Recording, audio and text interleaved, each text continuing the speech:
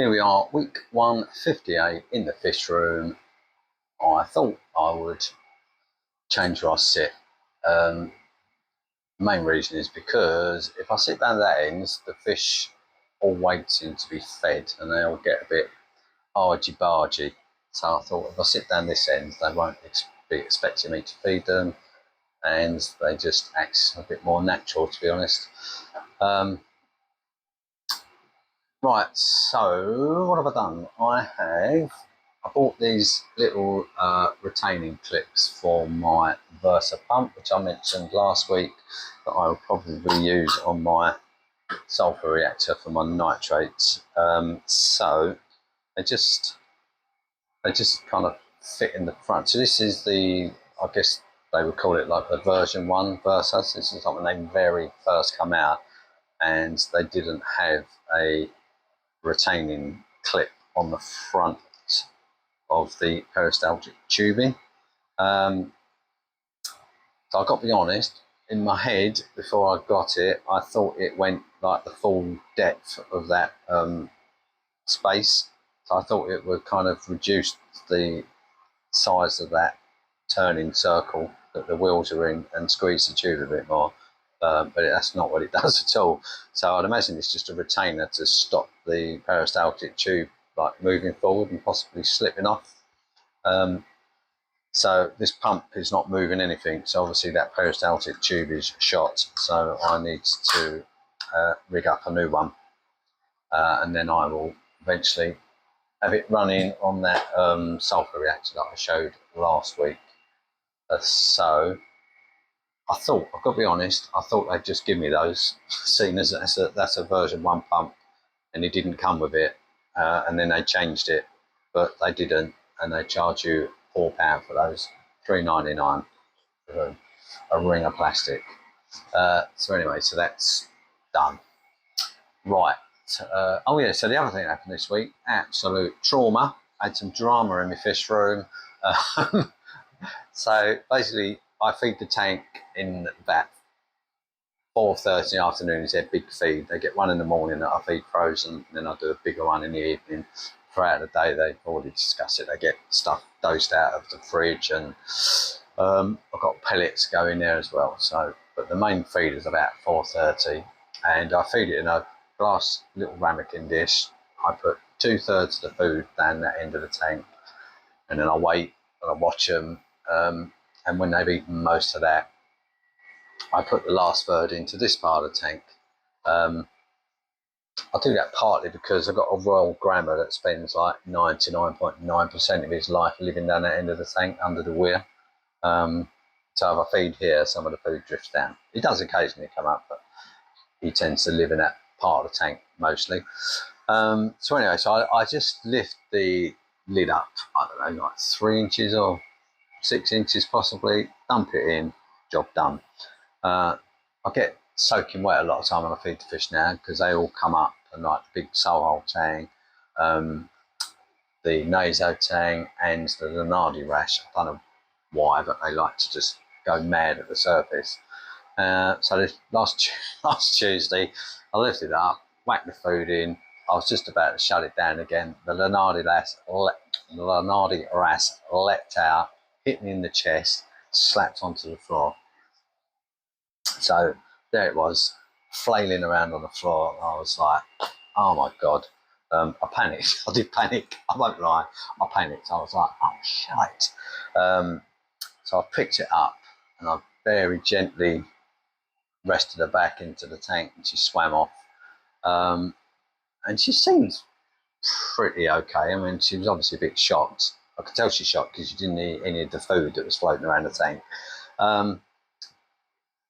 And obviously they had bits of stuff stuck over her where she's been on the floor, and some of her fins were a bit damaged. And I was like, oh, it's a big, I know the fish are hardy, there's no doubt about it. But that's like a 4-foot drop onto a concrete floor. So I was concerned that she might have ruptured something or burst a swim bladder, or, you know, just like that sort of force. You think, that's not good, is it? But she seems to be fine, actually. She's showing no signs of being damaged or eel or anything really. So I think I might have had a lucky escape. And I have noticed she doesn't go quite as mad now at the surface when I feed her. So hopefully, I don't know if that memory will stay with her or not, but I'm hoping it will. So I'm hoping, yes, talking about you, I'm hoping in future that, yeah, it won't happen again. It was a shock. Of all the fish, you know, it's like I've got two proper favourite. I know I shouldn't have favourites, but she and the Achilles are, you know, they're up there for me. But anyway, so yeah, so I think she's okay. I did think maybe I should fit the, you know, the little feeding hatches that you can cut into the netting, but I was like 3 years. Well, she's been in there a year and she's done it once. So we'll see, we'll see. Right, so yeah, so that was that trauma. The other thing this morning, which is slightly bizarre, is like I say, they splash when I feed them. So they often splash all the lights, so I'll give them a quick wipe down. So they splashed the Radion down that end of the tank when I fed them this morning. I've got some kitchen roll to wipe the lens off, and I wiped it, and I saw something in the tank. All the fish rushed over to it, and I was like, "What's that?" And it was the screw, you know, the little, I don't know what they like, M5, I don't know what screws are, you know, the little black ones that hold the lens cluster. It just fell out of the light. And I was like, oh. It took me a while to work out where it come from because I pulled it out and I went, it's a screw. And it's hard to look at look at the lights when they're on, so I'm squinting away and I'm feeling around, and then I worked out that there's got two screws missing in the plastic lens that goes up under the light. So I was like, I've got no idea how that happened. And then I thought, I bet that's the light I changed the lenses on. So I bought two upgrade kits from the G5 to the G6s, because I had two lights which were playing up. They were giving like weird, well, one of them just comes on and goes off instantly. And the other one was like giving a weird, like I run them all on AB plus. So 19 lights, 18 of them look fine. And then you never just look at one and go, that looks like that's running a whole different schedule. So I upgraded it to the G6 using the the new lens cluster and whatever, and it fixed the issue. But I'm just wondering whether I didn't put the screws in properly. I mean, I'm not actually sure whether that is the light I changed or not, to be honest. I mean, I could check, I guess, but yeah. So it's got two missing. One's down there because I left it out on the side, and the other one's nowhere to be seen. So it either fell out on its journey to get back over the tank, or it fell out over the tank and it's in the tank somewhere. But that probably happened months ago, to be honest, because I did those lens kits last year. Yeah, so anyway, so I need to put the screw back in at some point. Yeah, so that's that. I can't think. Oh, I did add, if you look there, I've just added like a kind of gate valve for RO tubing. So I'm still very fine tuning my auto water change to get the in and the out to be like absolutely spot on, and it's very, very close now. I had a ball valve fitted, which I was, you know, closing or opening to adjust, but they're a bit crude. You can't get a fine enough kind of resolution really. So I found a little gate valve. My only concern is, obviously you can see from that picture, is that the valve is metal for some reason. I don't know why. I looked all over to try and get that all plastic, but I couldn't. I thought when I bought it, I'd better take it apart and have a look to see what's on the end of that metal plunger, but it's fixed. You can't get it out. I mean, it doesn't make any sense to me to have metal in there, really. So I'm hoping the end's kind of capped, so I've got plastic, but you can't see it. And I look through the end, I can't see. But anyway, so I've got it on there. It's, in terms of restricting the flow very finely, it's working really well. So I'm hoping I can just kind of set it and forget it. It's got a little locking ring on it as well. So once you've got it where you want it, you can lock it so it can't be moved. So yeah, so that's that. So yeah, screw in the tank, fish jumped out, retaining ring, gate valve, still dosing my lanthium. I've got a test actually in a minute. I forgot to do it before I come on camera. But I think it's about 0.15, and it looks like it's really, really slowly going down.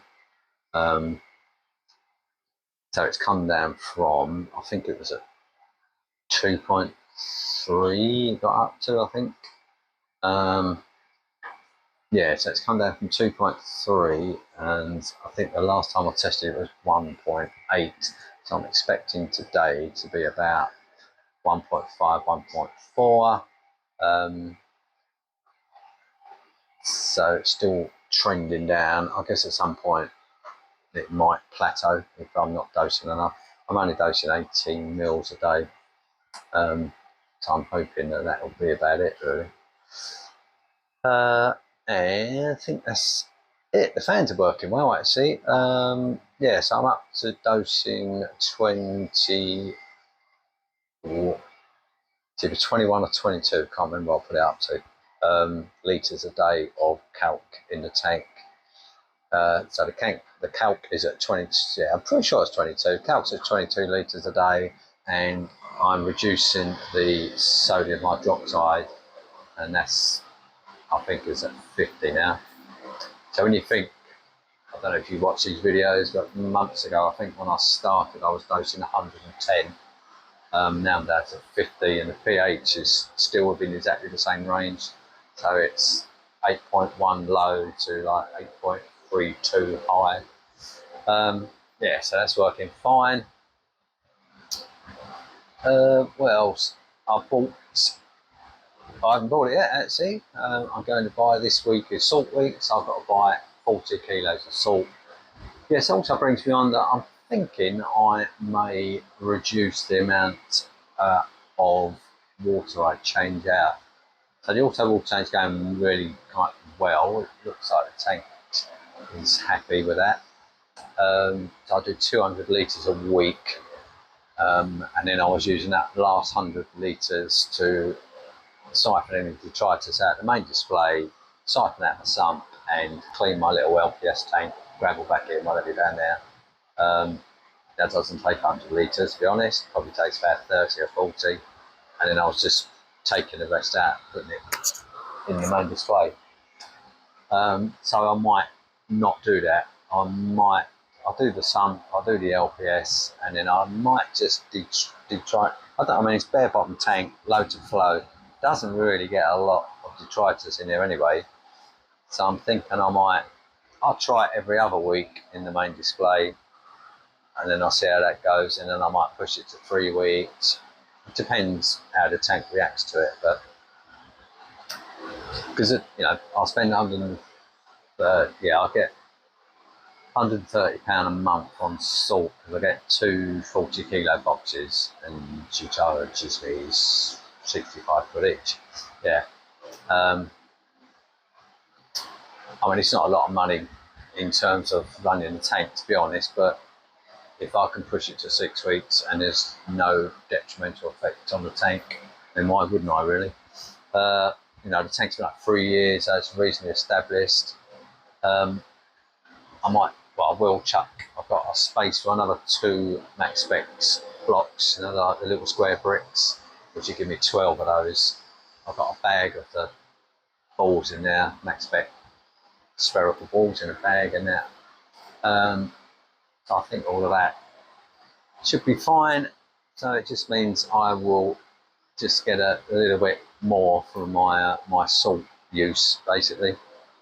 Yeah, so I think that's it really for this week. I can't think of anything else. The fans are working well. I don't know if you can hear that. These mics are pretty good at cutting out the sound, but I mean it sounds like I've got a helicopter in here, because I've got 2 big 20-inch fans going full pelt, and I've got one over the sump as well.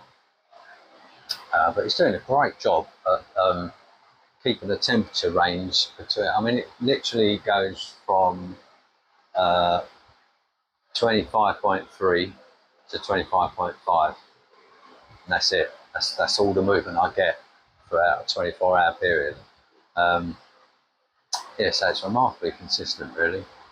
Yeah, and they're just cheaper to run than the aircon. I mean, aircon's there, but night is very rarely kicking in at all now. So I think until it gets, I reckon it probably need to get into the maybe 30 outside for the aircon to properly kick in. Other than that, the fans seem to be taking the bulk load of keeping the tank cool, really. Yes, what else? I think that's it. Right, in terms of, oh yes, I did. I just had a conversation with a guy actually on the phone. So he has a largest tank. I can't remember how big, but his phosphates keep getting perilously low. So he rang me to ask about dosing phosphate. So I dosed phosphate in this tank for probably a year straight. I dosed phosphate and nitrate actually, because I didn't have the bioload in there. So it's a big body of water, and when I was stocking it, obviously at the beginning, I started off 3,000 litres of water and 2 fish. So that's not going to put enough phosphate in. Yeah, so I dosed. And he was just asking me advice on what I used and how I dosed it, etc. So it's one of those conversations where you have the nugget that you should have imparted as the knowledge to help someone out. You forgot to tell them. So I always dose with peristaltic pumps because I like them, especially dosing stuff like lanthanum, phosphate, nitrate. You don't want to dump it in one large volume. Ideally, you want to spread it out. And he didn't have a spare pump head, so he was going to have to dose his phosphate like in the morning and the evening in 2 doses rather than spread it out across 24 hours. And what I meant to say to him was, if you're out of dosing heads and you don't want to spend, I don't know how much a single dosing head is, but they're probably like 80 quid, are they, the D&D ones? I don't know. But they're not cheap anyway, put it that way. So what I've done in the past, and I've never actually taken a picture, is I buy giving sets off of eBay. So a giving set is just what you use if you have like a saline intravenous drip. It's just a bag that you hang up, a bit of silicone tubing, and then you get a restrictor, which is just like a ball clamp, really. And you can just roll it up or down. It's like a little vice almost. So as you roll it up, it squeezes the tube more, and obviously less comes through it. So you can just fill your bag up, whack your tube into it, and then just dose whatever you want to. I think the bags, they normally hold a litre, I think. I guess you buy different sizes. It's either 500 mils or a litre, probably 500 mil. Yeah, and you can just use them, and they're really simple, and you can just use a calibrated tube to calculate the rate, see what the drip rate is for a minute, and then just times it up, 60, 24, and your dosing. They're accurate, they've got no reason to move. Some of them you can lock the wheel in place, and it's just really, I think they're like £15. You get them off eBay. I've got a friend who used to borrow them from his place of work. And just give me a couple. So yeah, they're really good. So if you want to dose something and you're not going to dose it long term, like probably his phosphate, when it gets up a certain level, it probably ease off and stop dosing it. It might add some more fish. You just change things around, so you don't constantly dose everything the same for the whole duration of having your tank there. Yeah, so they're, in a pinch, they're very good, and they're a very cheap way to dose stuff into your tank. Yeah, but I forgot to tell him. I forgot to tell him any of that because I put the phone down. I was in the middle of cutting my lawn actually when he rang, so I was just like, yeah. So I just thought I'd mention it, and it got me thinking actually, because I guess what we do when we run a tank is, because he was saying he's got big colonies and they're obviously sucking all the phosphate out.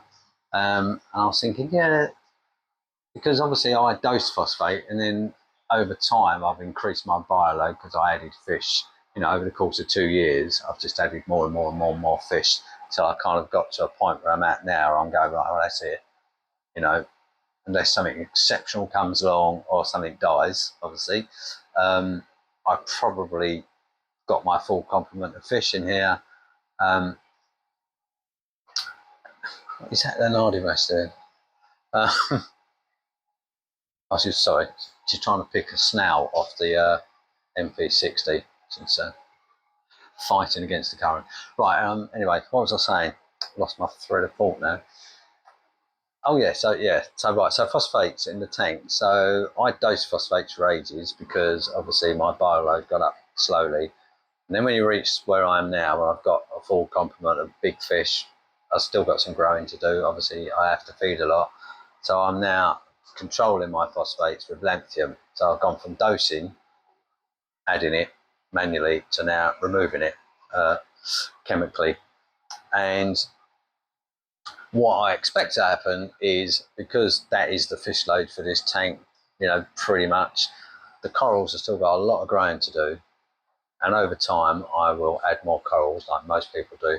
But what most people don't do is they don't continually add fish, because you can't, can you? But you'll continually chop your corals, remove some coral because you either get bored of it, or you don't like it, or you don't like it enough that the new one you bought looks better, so you'll take that. But you're constantly adding to your coral load in most of these reef tanks. And so eventually what I'm expecting to happen is, when these colonies grow out, because at the moment I've got probably 4 what I would call big colonies. Now, to me, something over a foot across is kind of big, and I've got 4 about that size in here. So when the rest come up to that sort of size, I'd imagine this tank will consume nearly all of the phosphates that the fish put into the water. So I expect at some point to kind of get to an equilibrium point where the corals are taking up what the fish are putting in. And I don't know if it'll stay there or not. I guess if I could trim my corals at a correct rate, I could probably balance off the uptake from the corals with the what the fish are excreting. But yeah, so I guess that's why you run into these issues of the guy's had his tank for ages, but you lose your fish through time, but your corals keep growing, so you get that kind of out of balance occurring. Yeah, so at the moment I'm I'm at the phase where I'm waiting for my corals to catch up with my my phosphate feeding in the tank, because tangs do poo rather a lot. Right, so I think that's it. Oh yeah, so obviously, nearly forgot that. So Saturday was the UK's probably biggest marine event of the year, which is Love to Reef. So this happens in Harlow in Essex, which is not that far. It's kind of north of London. Obviously, if you don't live in the UK, this don't really mean a lot to you. But we have very, very few meetups in the UK. We are absolutely appalling, really, when I look at all of the stuff that goes on in the States. I don't really know what Europe's like, because I don't tend to follow quite a few of the YouTube videos from Europe, because they're not in English, a lot of them. But you watch all of these things in the States where they have meets, all over the place, and they seem quite frequent. Whereas in the UK we have one, basically. So I think the first one was Coral Freaks, which Paul from AAC did, and then after that, Fish Palace is the guy with his own YouTube channel. Took the time and the effort to put the first show together. So this is his 3rd iteration of that show, and each year it's got bigger and better, I think. And it's just, it's brilliant. I loved it. Really great day out. Really good. People just great to meet up. Good speakers. People like Jamie Craigs, who does coral spawning, Jeremy Gay of Reef Builders, Jose? I can't remember his name, the Elements guy. So good talks, interesting, but it's just brutal that, you come out of that on a high, meeting all these people that you just see names in chats on YouTube and forums, whatever. It's great to put faces to names and just to chat reefing. And then you walk out and you think, I've got to wait a year to do that again. And it's just a bit sad, really. I think we're just useless at arranging those sort of meetings. So on one side it's brilliant. Paul does an amazing job. you know, both Fish Palace and Paul Hughes of AAC, who I know is quite heavily involved, all the volunteers, all the speakers, everyone, brilliant. It's just sad that it's only 12 months between those events, you know. But there it is. So there is one actually in September, I think, but I think that's new. I think that looks more trade, but I'll go to it if I'm around. But yeah, but the Love to Reef is really good. It's just a shame that, you know, of all the people in this hobby, that only one person like Paul chooses to make the effort and to get a meet and greet going. But there you go. Such is life. It was a very good day. It was really good to meet people and just chat reefing. Right, I think that's me done, really. Can't think of anything else. So, yeah, I will see you on the next one.